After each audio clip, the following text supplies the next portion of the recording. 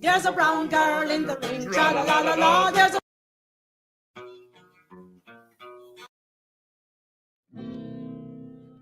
Here Antibes, here Antibes, here Antibes, Allah.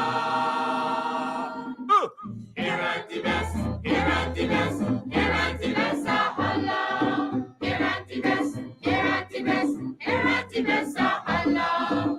Here Antibes, here Antibes, here Antibes, Allah. Here Antibes, here Antibes, here Antibes, Allah. For the morning cock and crow, here Antibes, Allah.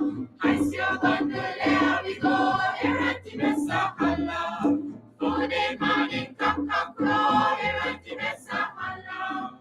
I see your bundle, there we go, here Antibes, Allah.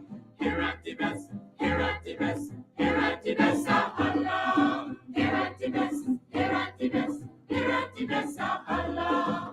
Washahala, washahala, washahala, fa.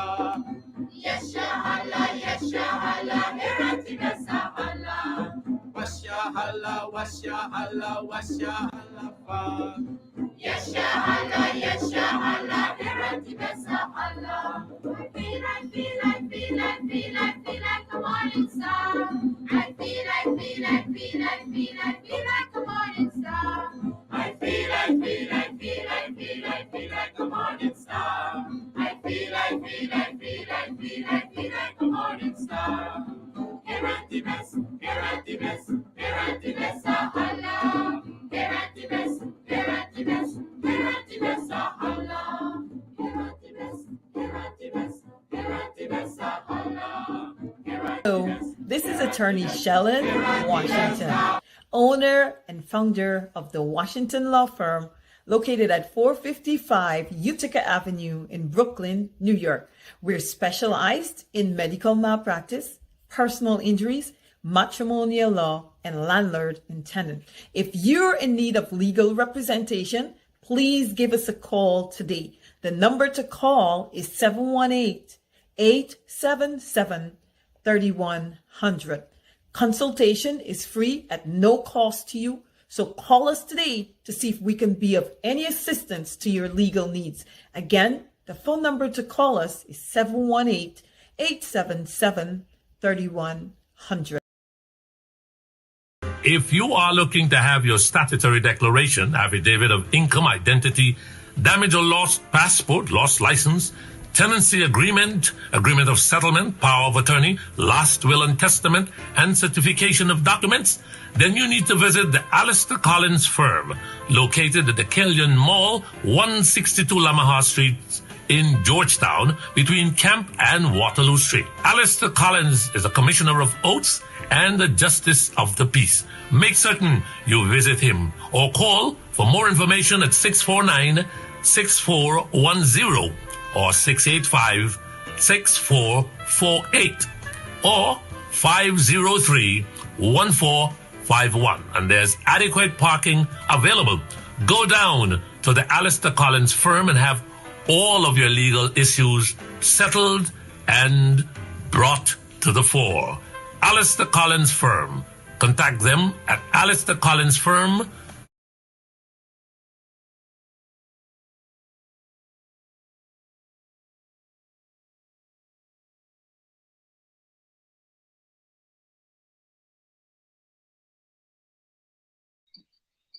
Good evening, everyone.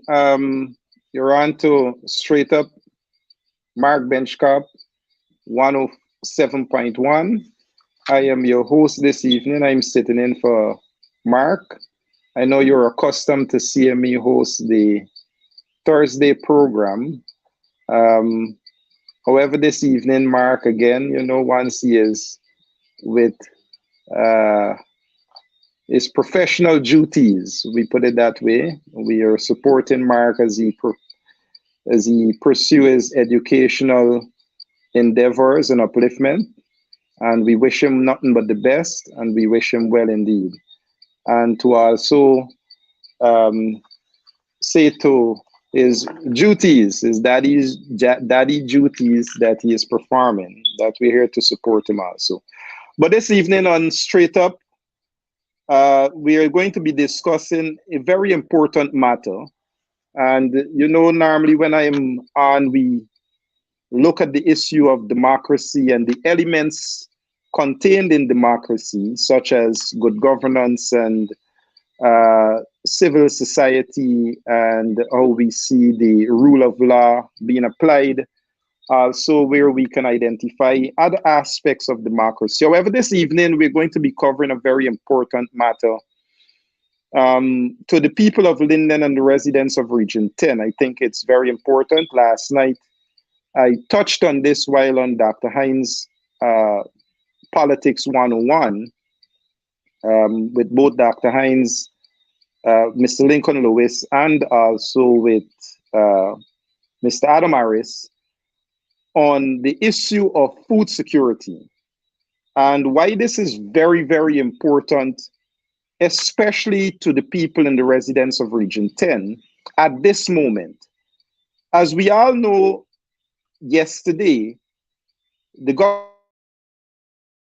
government of Guyana, through the Ministry of Agriculture, welcomed several foreign delegates, in fact, delegation, many persons from overseas, including several heads of state, heads of states. And we're here to promote what the old adage of outline Guyana to be, and our portfolio, as we've always held that within CARICOM, and that is the portfolio of the country that holds responsibility for agriculture, and that old adage of Guyana being the breadbasket. So we're here to promote to all of these foreign dignitaries, we're here to promote to the world. We're going to promote to every single person within the region that the Guyana is going to live up to the expectations of not only being able to provide food for itself and citizens, but that we can provide surplus or produce surplus, in fact, that will allow us to provide for the region and to the wider world. Let us not forget, not only in CARICOM, but in Guyana, our food importation bill measures in the billions of US dollars. This is what, as a region, this is what, as a nation, because of our inability to produce, that we're unable to ensure that we can feed ourselves and to be able to ensure that we can provide for our region. But why this matter is very important to Linden, in particular to the residents of Region 10, to the residents of Amelia's Ward, is because as we see the government of Guyana under the People's Progressive Party welcome foreign dignitaries, as we see them through the Minister of Agriculture, Zulukar Mustafa, promote that Guyana is going to be this hub where people can bring their investments, and they're going to give them concessionary lands, and they're going to give them all of the means and measures that will be put in place for them to be able to grow food and to grow more food.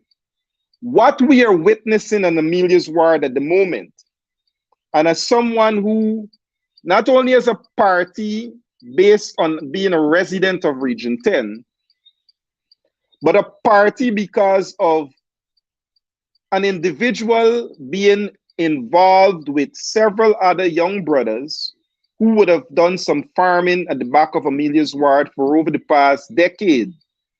This is before 2012. We 2 months ago had the government of Guyana ruthlessly bulldoze and uplift food, thousands of coconut plants. And if you check today's Stabroek News, the government is excited of the fact that the coconut industry brought in billions of dollars last year. We have had our soursop, 600 soursop plants. We have had our orange orchard, thousands of orange plants. We have had citrus in such as pineapples, thousands of pineapples, bulldoze. And this is not restricted to ourselves who are farming in the area. This extends to several dozen farmers who are also in the area. So what you have is, you have hundreds of acres of farmlands, under cultivation, hundreds of farmers, hundreds of produce, including coconut, citrus such as pineapple, oranges, cherries, and you also have sweat equity of people who would have invested labor and time into these lands. That last month, the government came in with bulldozers and mashed the entire living and lifestyle of those farmers up. But today, we are welcoming foreign dignitaries, we're welcoming foreign delegations, we're welcoming heads of states to show them the agriculture potential. We're going to even give them lands.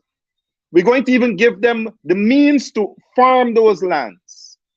We're going to give them tax holidays and tax breaks and tax concessions. While what this government is doing to hard-working Guyanese, more so those who look like me, they're going to bulldoze those lands without any claims of compensation. So I'll get into, so we spoke of what the government is doing and what the government continues to do. But let me give you a background of the issue in terms of how did the young people, how did farmers decided to go on that land? And I'll break it into two aspects. I'll give you the historical perspective of food and food security within Region 10. And then I'll give you, based on the ownership of lands within Region 10, and how young people are forced to occupy these lands because of the process and how long it takes to process these lands.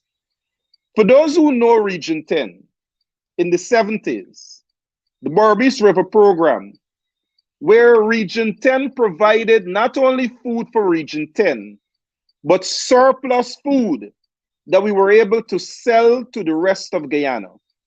Whether it was the Moblissa program and Litco produced milk by the thousands of gallons, whether it was the Berbice River program that produced legumes such as peas and split peas and beans and black eye, whether it was even the Aichuni to Kukwani Road and the intermediate savanna, where we produce small ruminants such as goats and sheep. This was what Region 10 did. So Region 10 is not without the ability to produce.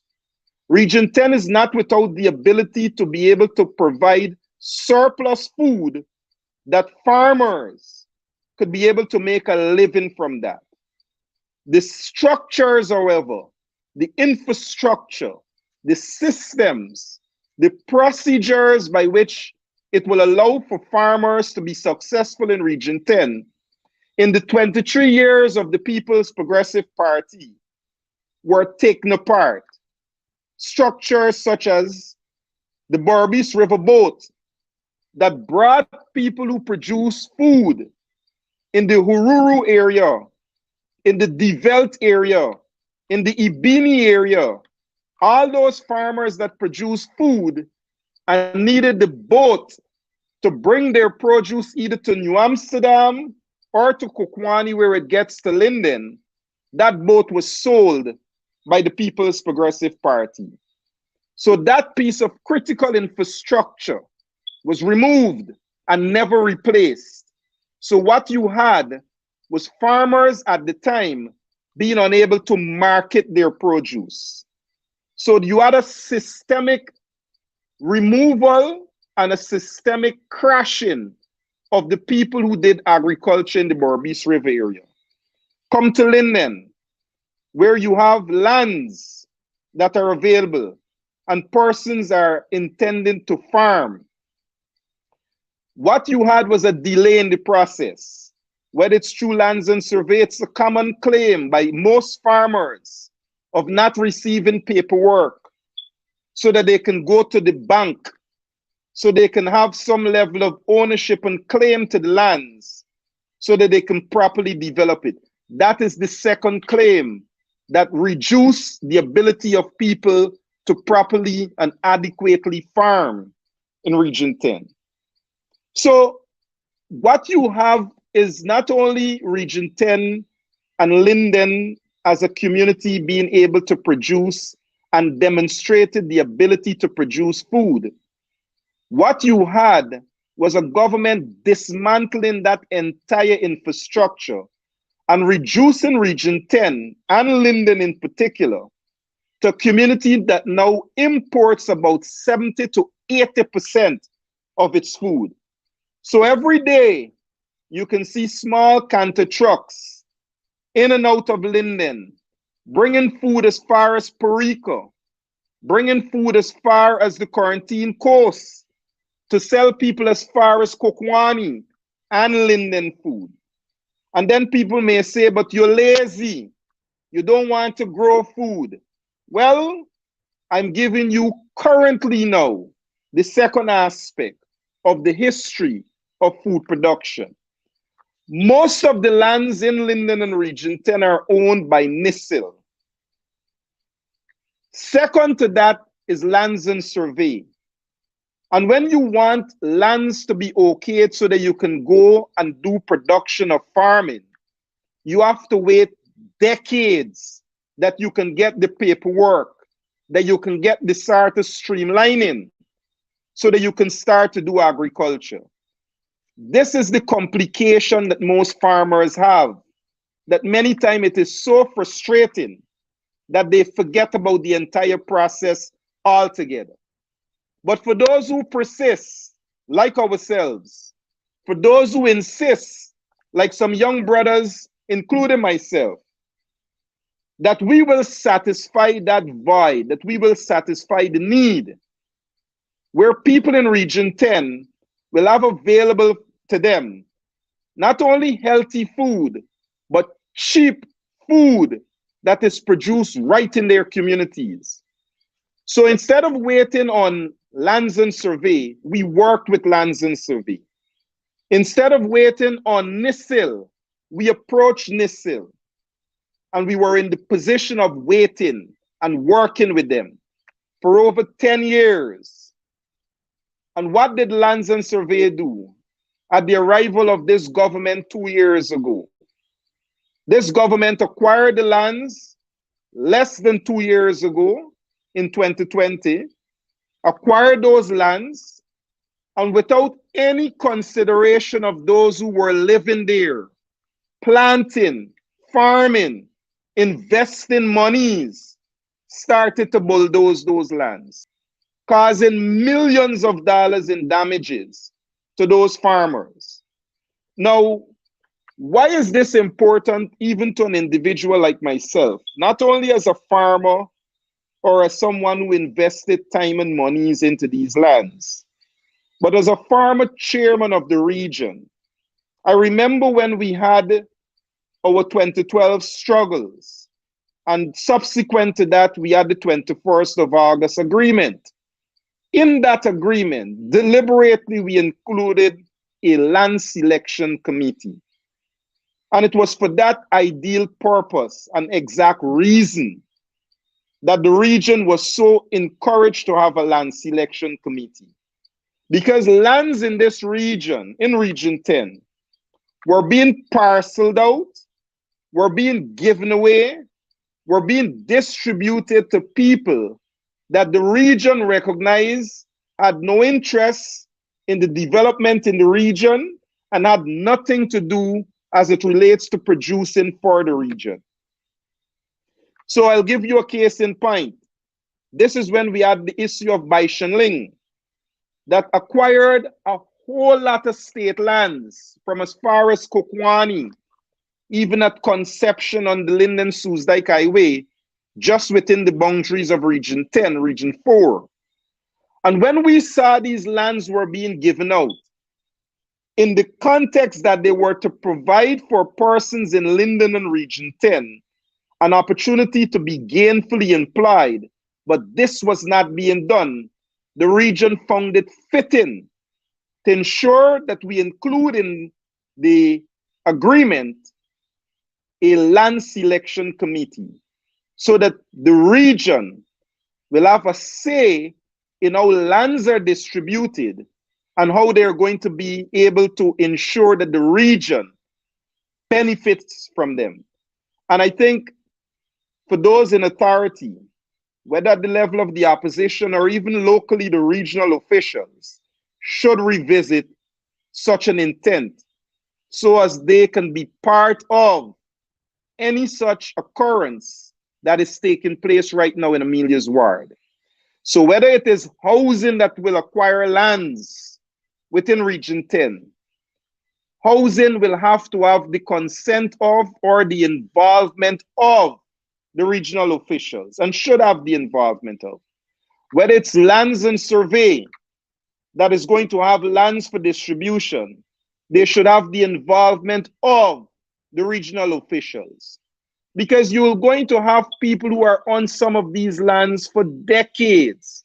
And because according to the history, as I gave earlier, about where lands within the region is situated in the context of NISIL, then you cannot just come in and start to bulldoze lands without understanding that context and where residents may have been living, acquire those lands for living, housing, or acquire those lands for farming, like we have or we had done.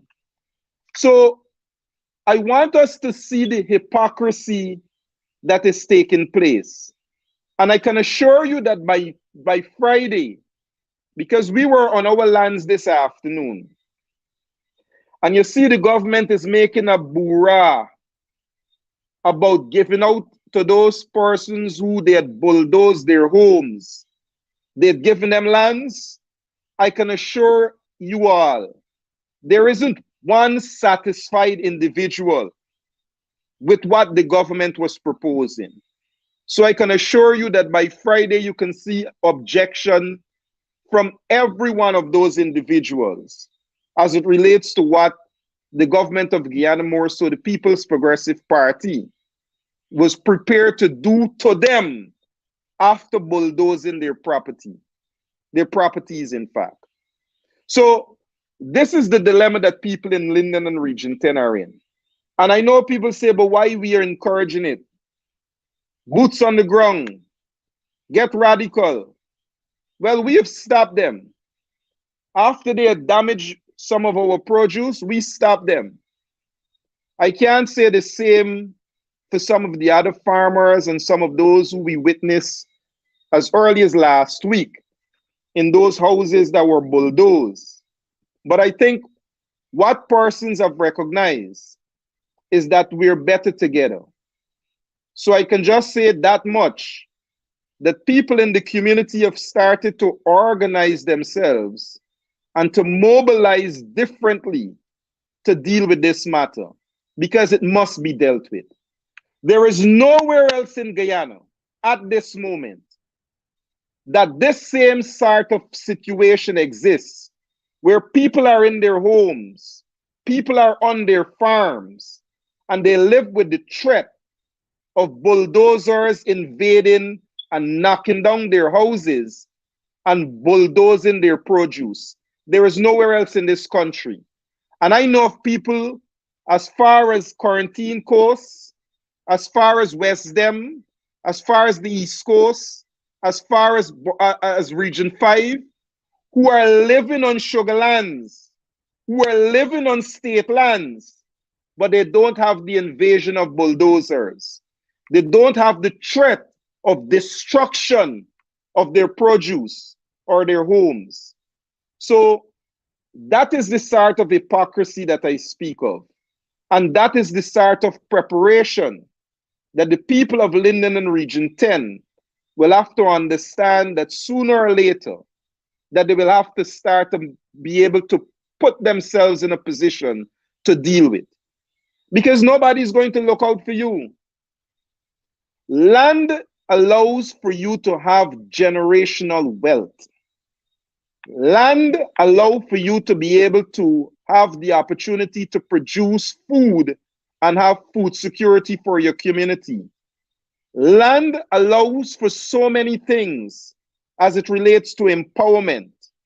And what this government is doing is disempowering those who are seeking to be dignified and to live a decent life. How can you say to young people who have built their homes, single mothers who have invested their hard-earned money, young men who have invested time and money into farming, that you have no consideration for that and you're going to bulldoze it? People of Linden, people of Region 10, people of Guyana, though Mark Benchcap asked me this evening to host this program, I find no fitting topic to discuss no more ideal conditions under which we must have this conversation than the contrast that exists, where right now, young people, Afro-Guyanese, Londoners are suffering at the hands of the state for food production and the quest for food security, while this government is speaking empty rhetoric to international organizations, to foreign leaders, to foreign delegations, that Guyana is the place to invest and bring your money to develop and produce food. There could be no more hypocrisy. There could be no more shame in the People's Progressive Party. And the only way to treat that shame, as we see, is with a high degree of shamelessness. And this is what we are confronting. So I know I can't see your comments. I know this is the program people say boots on the ground. I know that there is a very fragmented approach towards this particular situation. I know that the People's Progressive Party have done a serious number on how they have, in terms of separating the issues. So while we were in Amelia's ward a few hours ago, and a few days and weeks ago, and months ago, those who were in housing feel that they had to separate themselves from those who are in the farming area. And the suffering is common among every single one, in that we're losing, we've suffered losses, and we have not been compensated, and we've not been treated as equals as the rest of Guyana, where we see the same situation occurring and the same sort of living exists outside of Linden and Region 10, but we don't carry maybe the same last names. So it is only fair for one to conclude what the People's Progressive Party is doing against this community and what it is doing against a particular race of people who are prepared to produce their own food. Let us not forget the history of Guyana. As we move towards an independent nation a few days from now, 1 week to be exact, and we look to celebrate 56 years of self-determination, let us not forget that before 56 years, we had 1838, where enslaved Africans bought lands and were living dignified and decent lives until the Crown recognized that sort of empowerment and recognized that that sort of generational wealth in the future will pose a threat to the Crown. So what did they do? 7 years after the enslaved Africans, 1838, bought villages and bought lands and started to establish their own decent way and decentralized way of living, the Crown went back in and established local government in terms of how they're going to manage the Afro-Guyanese who bought these lands after slavery, how they're going to manage them. Today, we see many of those lands in the hands of Gaisuku and in the hands of the state. What do we see today? When Afro-Guyanese choose to pick up lands, we saw only recently with Lincoln Lewis, when the Attorney General said to residents to go live on his land, go take that land, even though Lincoln Lewis represents the great ancestry of Kojo McPherson, an enslaved African who by himself bought lands within the Manchester area. Now you having it being taken away by this state. It is the same that we see happening right now in Amelia's ward. Look at the contrast. While this same government is in Jib, on the Essequibo coast, on private, there are private lands on the Essequibo coast, and they're saying to people on private lands that we're going to get you these lands. We're going to ensure that you can live a dignified life, that you can be able to take this land as the Attorney General said, this is his words, and pass them on as inheritance to your kinfolk, to your children, so that in time to come they can have generational wealth. This is the exact words of the Attorney General a week ago on the Essequibo coast in Regina. While in Linden, farmers with food, soursop trees that are 14 and 15 feet tall, coconut trees, orange trees, passion fruit plants, pawpaw, avocado, all of these in terms of plants have been bulldozed. Pineapple, I'm at one of the farmers this afternoon, and I'm seeing pineapple ready to pick, ready to be eaten on the ground, bulldozed. That is what farmers are contending with in this community. So I make this call not only on the government of Guyana, but those local leaders. You have to do more. You have to do far more. People are suffering. People are losing. People are losing their livelihoods. People are crying while you have a government, as we speak right now, right this minute, entertaining foreign delegation to give lands that Guyanese are not even being given to do farming and agriculture, the same thing that Guyanese are doing at this moment. So I know I am on this particular topic. I know we normally break the topics down while I'm on Benchcap 107.1, but I ask each and every one of you as Guyanese, as I've always encouraged, that we must be our brother's keeper, that we must understand the suffering, the plight of each other as Guyanese. Because today for me, and tomorrow for you, and I believe that is exactly what we took for granted in Region 10. So when the farmers were suffering a month and a half ago, while we were at the back there being bulldozed and we had stopped them, we had said to the housing people up front, be mindful. And now today, those housing people are suffering. Even though the government is making a big bourrah about them being able to give people lands, I can say to you that is not true. That is not true. People are suffering and no one is doing much. All right? I'm looking at a few of the comments because I want to, someone is saying, Miss Bailey is saying, put them out of Linden. Well, let me say this. You know, I have always said to people that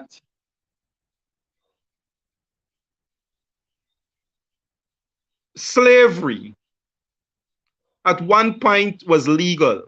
Slavery was legal.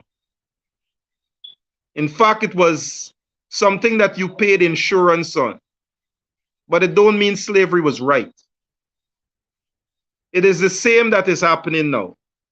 The government may want to say that people who were on lands, and if you look at the history of the People's National Congress, and this is why people must respect the founder leader, that land to the tiller.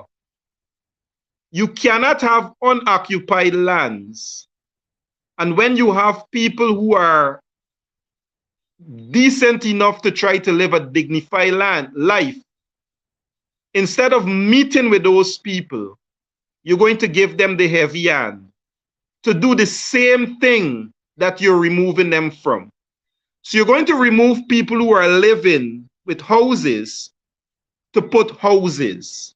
You're going to remove people who are farming, that are farming to put farms.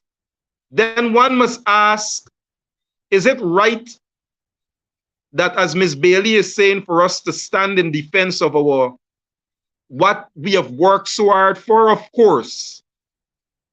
That is why we have taken a position and we have stood firm on that. And they have stopped. But I'm saying to you, and I'm saying to the rest of those who are looking at this program, that it requires more than the individuals to stop them. It requires the community to understand that this is a direct attack on its ability to do a few things. First, to find dignified living, as the people in Rassville, Andyville, Prassville did a few years ago. And second, it is taking away from you the ability to provide food for yourselves so that you can have that level of food security. Who can remember last year, in the height of the floods, Linden ran short of food in no time? Who could see that right now, in the height of not only a post-pandemic, because we're quite not out of the pandemic, but even in this bread and butter cost of living that would have skyrocketed in a major way, that people in Linden and Region 10 are unable to satisfy that basic need of being able to acquire food at a reasonable price. So it must not be those, Ms. Bailey, to say Sharma or a group of individuals can stop it, which we did. It must be the entire Linden to see this as an attack on the community and the community ability to live and to live decent and to live to provide food for itself and even surplus that it can sell so that people can make a living from that.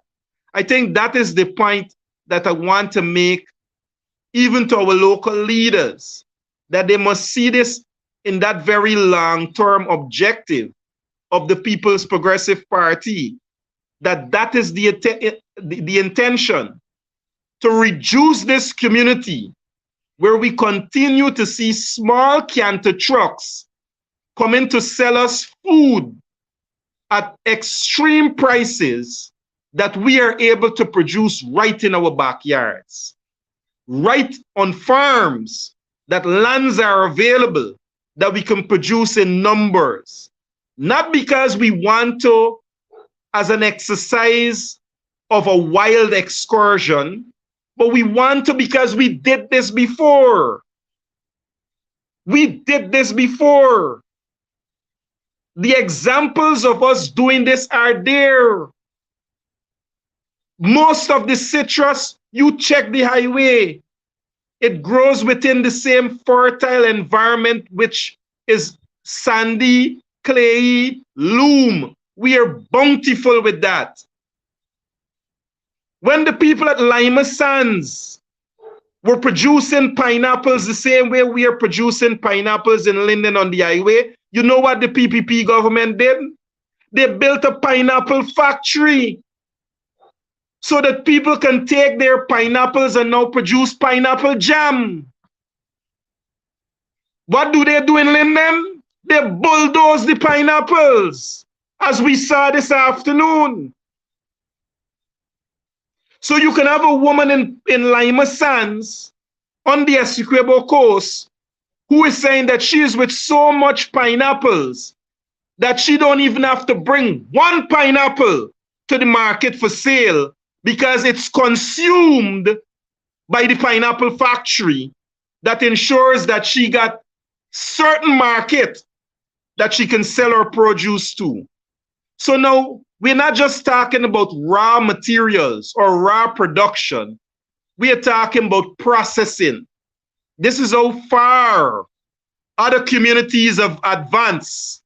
While Linden, with a history of the production of these same food and food material, have regressed so far that people are now bulldozing the food and got it on the ground, smash up.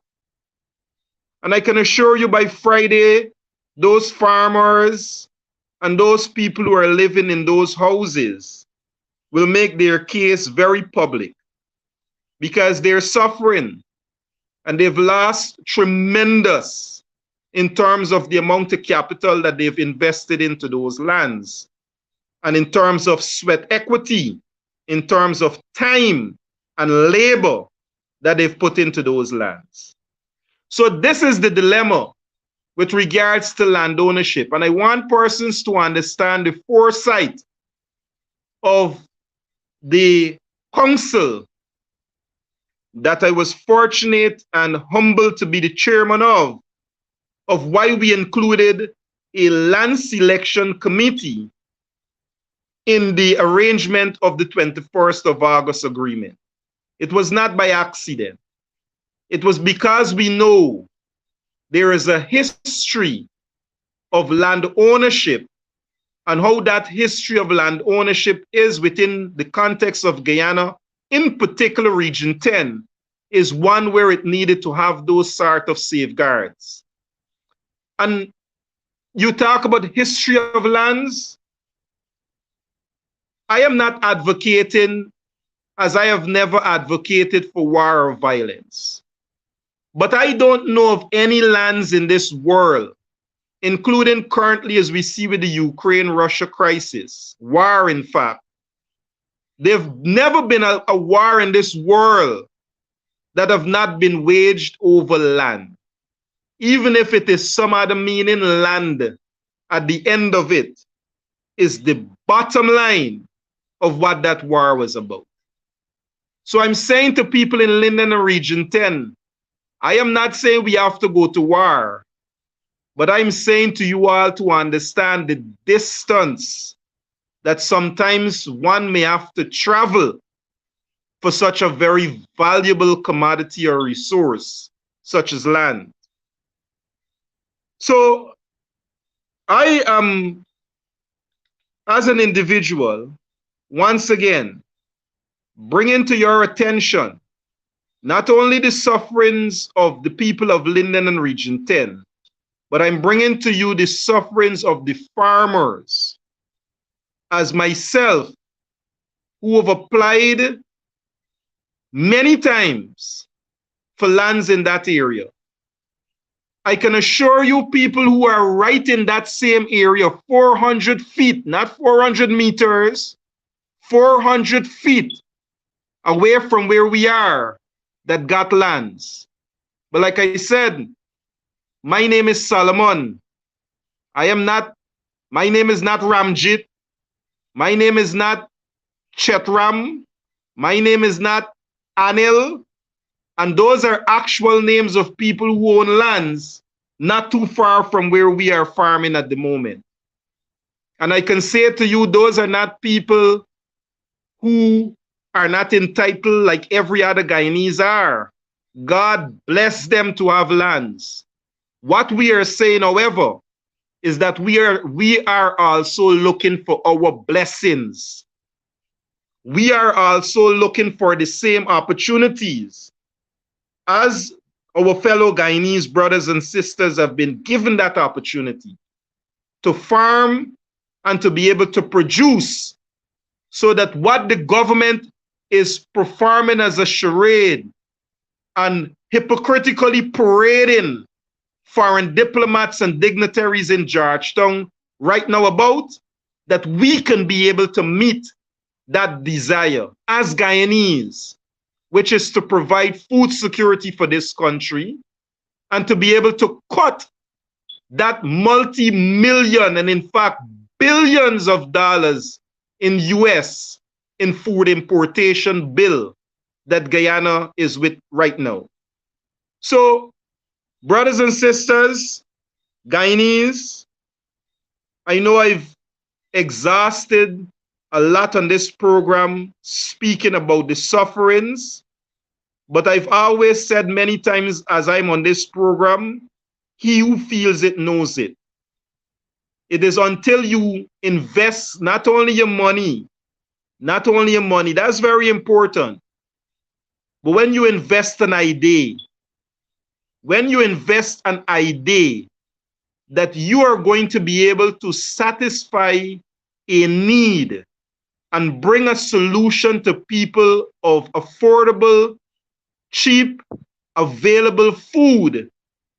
And to have that, not only the food bulldozed, not only the soursop trees bulldozed, not only the coconut trees bulldozed and the orange trees bulldozed, but an entire idea to watch it being bulldozed. It goes to show the level of understanding of what this government thinks of people who looks like me that are into farming, what we should be doing instead of producing food. And if we should dare come with such an idea, what they intend to do with that idea. I saw someone talk about the brethren that is producing, and again, this is Region 10, the brethren producing grapes up in the Berbice River. We saw the excitement behind the grapes, right? We will see in the next year who is going to be producing those grapes. And if that brother, and I hope that he's able to not only maintain his market, but far advance in his market. But I can say to you, like the same way we see the intention for the production of hemp, we will see who will be those producers. Because like I said to you, once you look like me, then farming is not something for you to do. Because apparently, the minute you have such an idea, the minute you start to put lands under cultivation, then you're setting yourself up to have that idea and those lands bulldozed.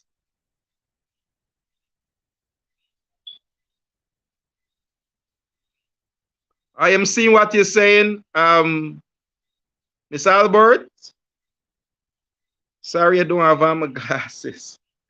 Like I said, I'm seeing what you're saying, that the people of Linden should indeed not only see this as a trampling on those who have built houses, not only as a trampling on those who are with ideas to farm and to produce and to have food security in the region. The people of Linden should see this as a direct attack on them. An attack on their ability to have food security, but more so an attack on them economically. Because somebody else is getting rich. I can assure you the people of Linden know they can't drive. I can assure you the people of Linden know which canter man is passed wrong by them at what time he is passed wrong by them. I can assure you the greens vendors in Linden know what time the bus leaves for them to go down to town and buy greens at Stabrook or Border Market. This is what Linden would have been doing for the past 3 decades. Now you imagine every day for 30 years, the economic drain on this community. Let me go further to that. As regional chairman, this is the only region with such a large population that doesn't have a regional agricultural budget. So we have a budget for works. So we have an infrastructure budget. We have a budget for health. We have a budget for education. And we have a budget for administration, minus a budget for agriculture. So what did they do this year in the $500 billion budget? They're sticking a $40 million for agriculture to do 3 things.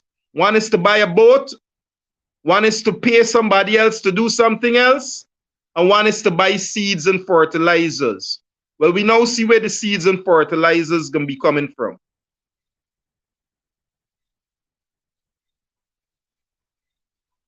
We now see where the seeds and the fertilizers will be coming from.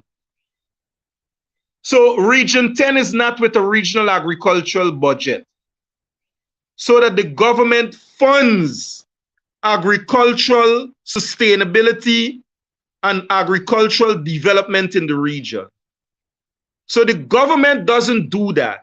even for the agriculture areas that we have, whether it's Dalawala, Amelia's Ward, West Watuka, Rockstone, up in the Berbice River area, there is no providence. There is no consideration of development. So for 30 years or more, what have we been doing? We've been taking our monies, instead of giving it a dollar rotation or power rotation of 2 to 3 movements, as soon as a teacher gets her pay, it is given to one of these greens people in the pickup or the canter, and it leaves Linden, which means it leaves Linden poorer. That is really the economic impact and the economic assault that is taking place on this region. So don't look at it in isolation as though the bulldozers are far away from you because you live over at Wisma or you live down in central Mackenzie. Those bulldozers represent an economic attack on your pockets because they're taking literally food off your table. They're literally taking from you the opportunity to have cheap, consistent, accessible food. And as I always say to people, he who feeds you owns you. That is the mercies at which Linden and Linden people have found themselves. So I know I took the entire hour to bring to your attention this very important matter. We're winding down. I hope that I've made the point this evening that the matter up in Amelia's Ward is unresolved for both those who are living in houses and those who are farming. The history, I hope that you understand that Linden is not a place unable to produce. And as I just recognized and demonstrated to you, it is not given the means by which it could continue to do that, even at the level of a regional agricultural budget. I hope I've brought to you also an understanding of how difficult it is to acquire a piece of land in Linden to live and to do how to farm, because again, within the context of most of the lands within this area, having its management, if not on the lands and survey, on the NISIL, because of this being a very extensive bauxite community, and NISIL owning most of those large plots of lands as they have reserved them for bauxite mining. So with that in mind, take not for granted when you see this hypocrisy of the Ministry of Agriculture spending millions and even billions of dollars to impress foreign leaders, that we're going to provide them with all that they need so that they can produce food, what they're doing to Guyanese that are producing that food, what they're doing to their own people, instead of working to provide them with the opportunity, they're taking away that opportunity from them.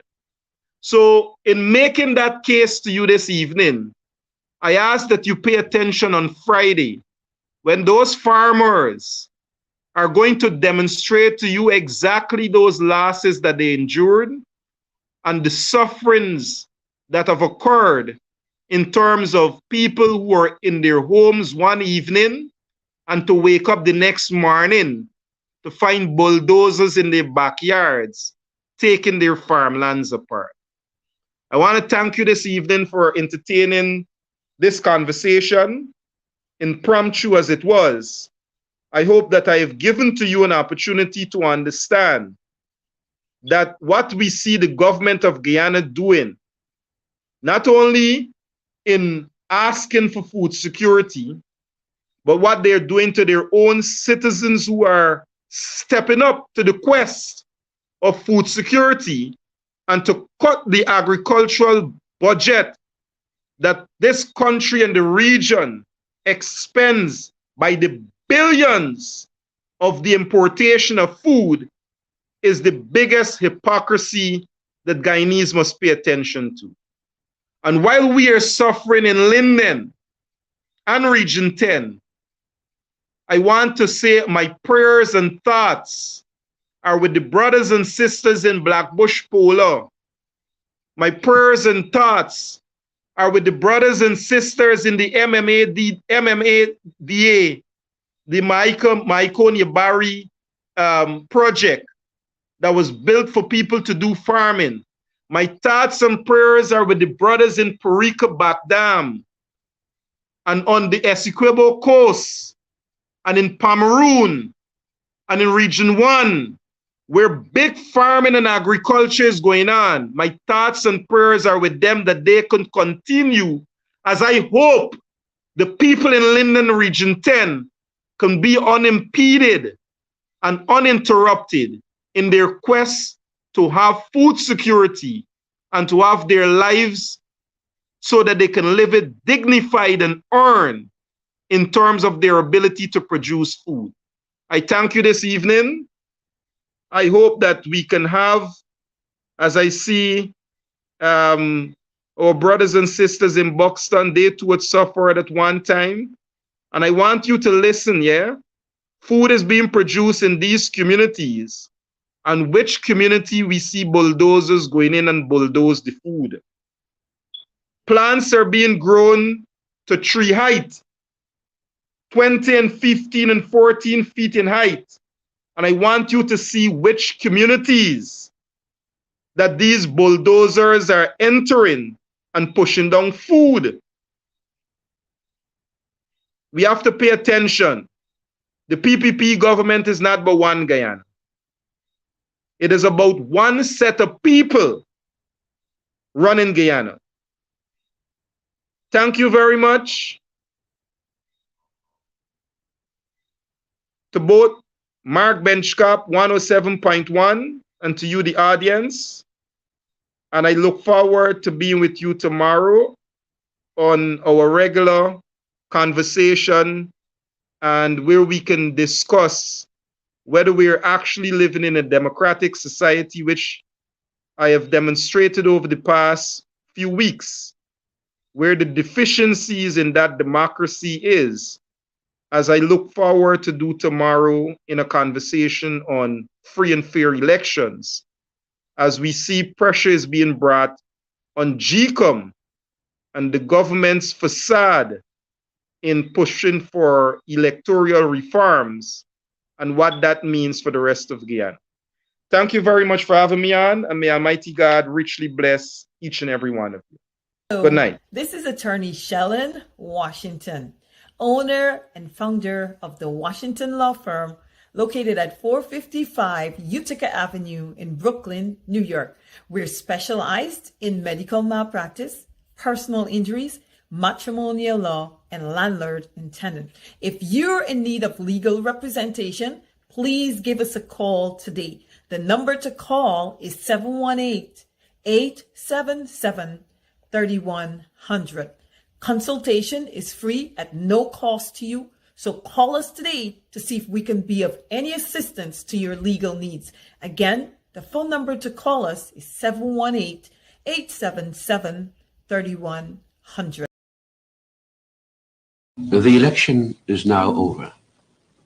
A hard and at times bitter campaign has come to an end.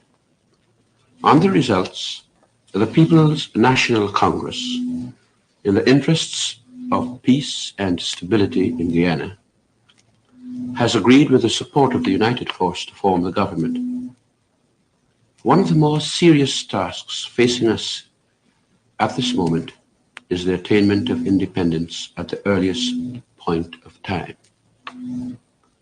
One of the disturbing features of the election, which we have noted, is the apparent cleavage existing in our society, brought about by colonialism and 7 years of mismanagement and misrule. It has come to our knowledge that despite the years of disaster suffered by the people of this country, a large section of the electorate was persuaded against its best interests to vote for the party formerly in power as a result of the dishonest and opportunist propaganda that, unless that party was returned to power, those people would suffer. The new government, headed by me, intends to show by its actions in the immediate future, and indeed throughout its term of office, that this is not true. The problem of racial cleavage, racial antagonism, and distrust, which the last government allowed to develop during its term of office, is still with us. But our government recognizes this as a challenge which it intends to accept and which it is determined to overcome. My government considers that it is a matter of the greatest importance and the utmost urgency that an atmosphere of relaxation be established immediately. The reduction of tension, which is already apparent and which will become more pronounced with every passing day, when it is realized that not only are we intent on being fair and just, but also that we have at our disposal the means to carry out our intention, is merely the first fruits of our attainment of office. Enemies of this country would like to see racial division and antagonism continue. They will not have that satisfaction. The government recognizes that its duty is to rule in the interests of all the people of this country. It will dispel the fears of the apprehensive and confound the hopes of those who seek the destruction of this country. To be specific, this government holds that all the people of this country are equally important, whether they belong to a large group or to a small group. To us, the Amerindians are important. To us, the Chinese are important. To us, the Portuguese are important.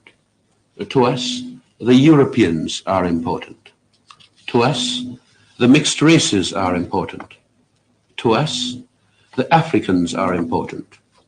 To us, the Indians are important.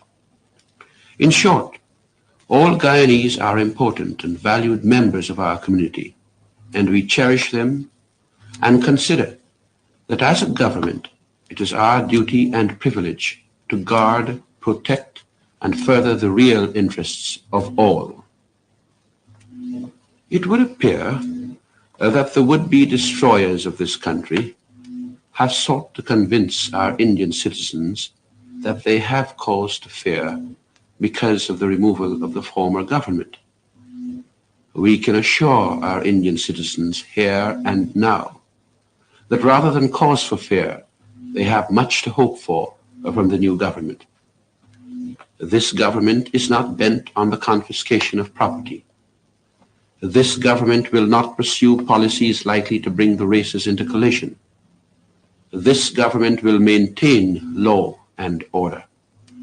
This government, while in office, will never declare its impotence to see that the lives and property and personal safety of any citizens are protected.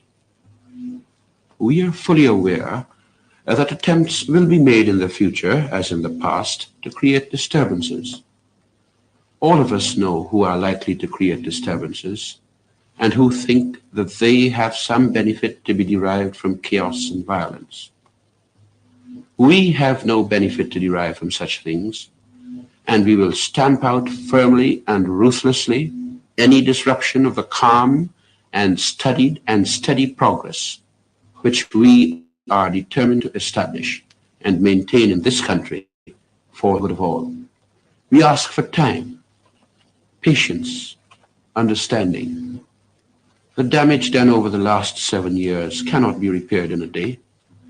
We cannot and will not condone and accept the nepotism and corruption of the past 7 years. Changes are necessary, and changes will be made. But no one who is honest and possessed of ability need have the least apprehension. The results of the election and the formation of our government are not to be considered a victory for one party but a triumph for the whole Guyanese people. There is nothing to gloat over. Nobody is pantap, but all of us are, I am sure, sobered by the realization of how near we came to having our country destroyed, and how arduous were our endeavors to give this country the chance to live, to breathe, to survive. It has been reported to me that some established organizations have made representations to the British government about Guyanese affairs. I wish to announce that in the immediate future, I shall seek to hold discussions with the Mahasabha, the Hindu organization, the United Sadr Islamic Anjuman, ASCRIA, GALE, the Chinese Association, and of course with the Archbishop of the West Indies, the Roman Catholic Bishop of Georgetown, the Ethiopian Orthodox Church, the Congregational Conference, the Methodist Body, and other religious and cultural organizations. My purpose as Premier is to establish a consultative democracy.